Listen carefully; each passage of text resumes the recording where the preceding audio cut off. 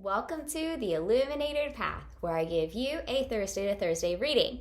This week, since it's the week right before Christmas and the winter solstice, we are going to do a end of year reading, meaning not just for this week, but for the next couple of weeks. So we have two different decks here. Of course, I was drawn to my Shaman Oracle Dream deck, and the crystal deck. And you guys remember me. I'm Mary, your friendly neighborhood preacher teacher. And you also remember Alexei, ready to give you guys a dose of your wisdom. All right, so here's what's going to happen. From this deck, I'm going to tell you a couple of key things as possibilities for the next few weeks, as some possibilities for things that could happen for you or to you or with you towards the end of the year. And Lexi is going to pull a card from his deck that talks about the possible feeling, meaning, or purpose behind that thing happening. Okay? You ready? Yeah. All right. So the first thing that I'm guided to, in this card, lost in space, needing direction. So this tells me one of the first things that could happen to you towards the end of the year is maybe you come to a little space of muddlement. The word confusion came to mind, but it doesn't feel quite like confusion. It just feels like maybe you're in a space where you don't quite know what's coming next or how to get there or what steps to take. How are they going to feel? What's the purpose of Amber, ancestors. My ancestors are guiding and loving me now and always. I am open to receive their support and wisdom. Ooh. So this card is the Amber card because he has the crystal deck, remember? Oh, and all my cards just went everywhere, so they're probably going to start coming out upside down, inverted. Oh, no. So Amber. So we've got... maybe we're not quite sure about the future or where we're going. And this card says ancestors.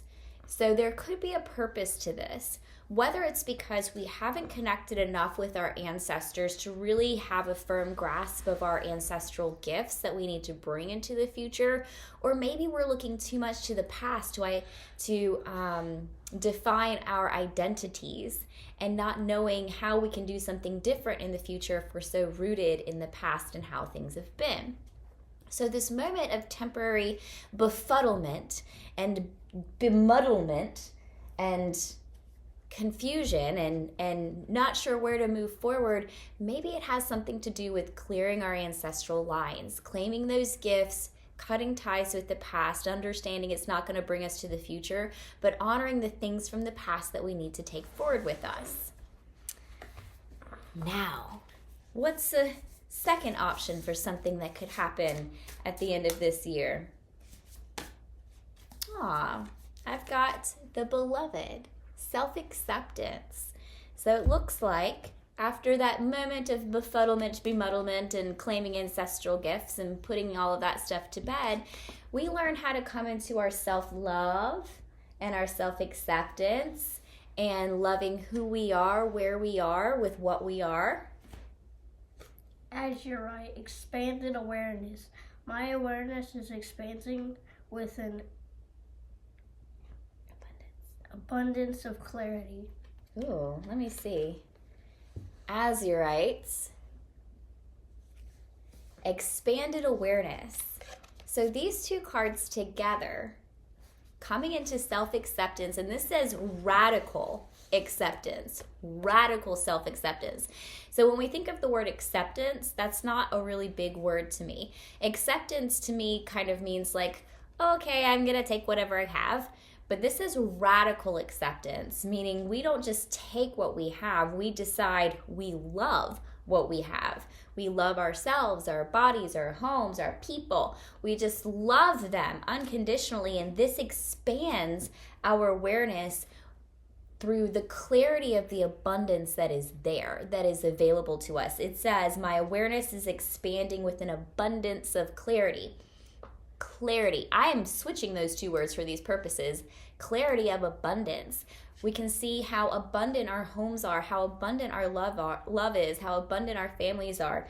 And that only comes when we can radically accept what is, what has been, and open ourselves to what could be in the future. Now, the third card we did pre-pull because we were trying to work out what we were going to do and practice it for just a second.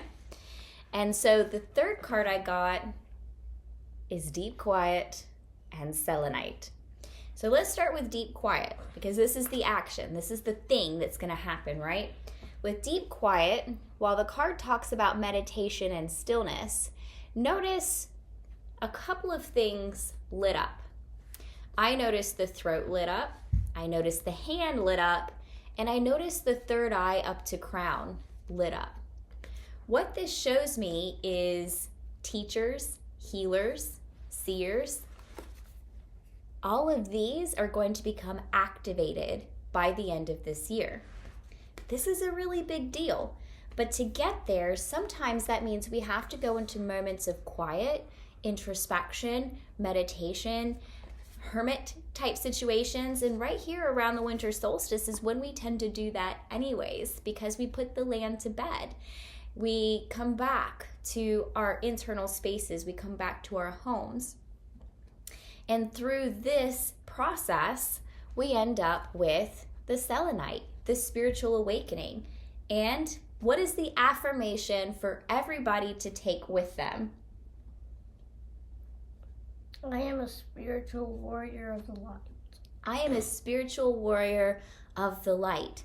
So after you're doing your ancestor stuff, after you've come into radical self-acceptance and that expanded awareness, then you come into your introspection and your spiritual awakening. And when we come into that space, take that affirmation with you every day from here until the end of the year.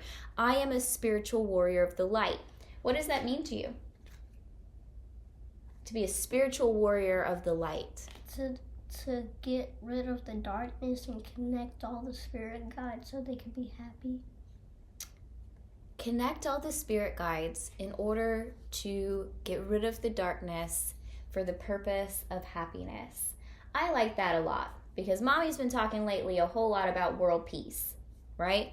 And in order for that to happen, each person has to come into their own. Each person has to have their own spiritual awakening. Well, is there anything else that you want to say about any of these cards? Anything else you're thinking or feeling, or anything your spirit guides are popping into your brain?